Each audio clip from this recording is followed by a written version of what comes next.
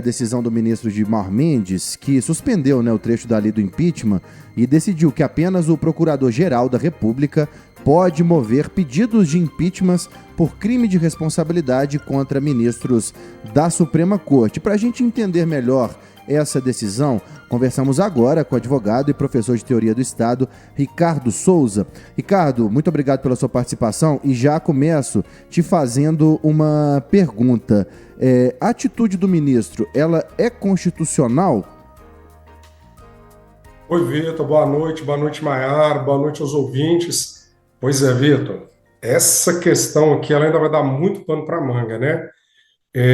O que acontece? Trata-se de uma decisão bastante extensa e que ela trata de várias questões. Então, acho que o mais importante nesse momento é a gente tentar, dentro do possível, entender quais são essas questões, a extensão dessa decisão e de que forma ela se deu, né? Acho que isso é o mais importante, a gente tentar colocar um pouco de água na fervura nesse momento.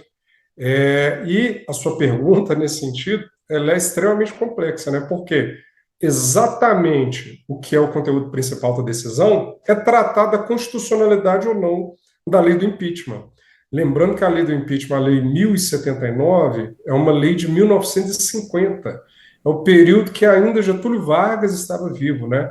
Então, de lá para cá, muita água passou por baixo, por cima da ponte, e a grande questão aqui dessa demanda, dessa decisão, é exatamente saber o que dessa lei foi recebido pela Constituição de 1988 e o que não se enquadra, né, não se harmoniza com essa Constituição. Então, sua pergunta é bastante complexa, né? Eu acho que a gente teria que ir por partes nesse sentido. Ricardo, e É hoje... importante que a gente entenda também o seguinte, nesse primeiro momento, né? O ministro Gilmar Mendes ele não acordou de repente e decidiu tomar essa decisão, né? Essa decisão foi tomada no bojo de duas ADPFs, né? Que são ações diretas de declaração de preceito fundamental. Então, ele foi instigado, foi movido a fazer isso, né? Uma ação promovida pelo Partido Solidariedade e outra pela Associação dos Magistrados do Brasil, né? Então, na verdade, ele está se manifestando em razão daquilo que lhe foi colocado, em razão da sua obrigação funcional.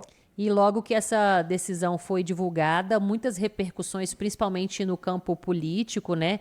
E a minha pergunta é a seguinte, Ricardo, a decisão ela pode ser alterada, talvez por alguma lei aprovada no Congresso? Como que vai ficar esse embate daqui para frente? Oi, Maiara, a decisão ela pode ser alterada, inclusive pelo próprio STF. Trata-se de uma decisão liminar que ainda vai ser submetida aos demais ministros, né? Então é essa questão mais importante. E o que acontece, né? Como a gente está tratando de uma lei e não da própria Constituição, é sempre possível, mesmo que fosse a própria Constituição, é sempre possível que o Congresso, o Poder Legislativo, ele adeque essas situações. Eu acho que, inclusive, essa pode ser a tendência. Existe na decisão do ministro Gilmar algumas questões que são mais polêmicas. Eu citaria, talvez a principal delas, né? É aquela de já considerar inconstitucional a legitimidade de qualquer cidadão propor, né, uma ação de impeachment contra os ministros, e isso ter concentrado somente na pessoa do Procurador-Geral da República. Mas existem outras questões da decisão dele que são discussões que realmente precisam ser travadas e que têm, assim, uma sustentação teórica, jurídica muito fortes.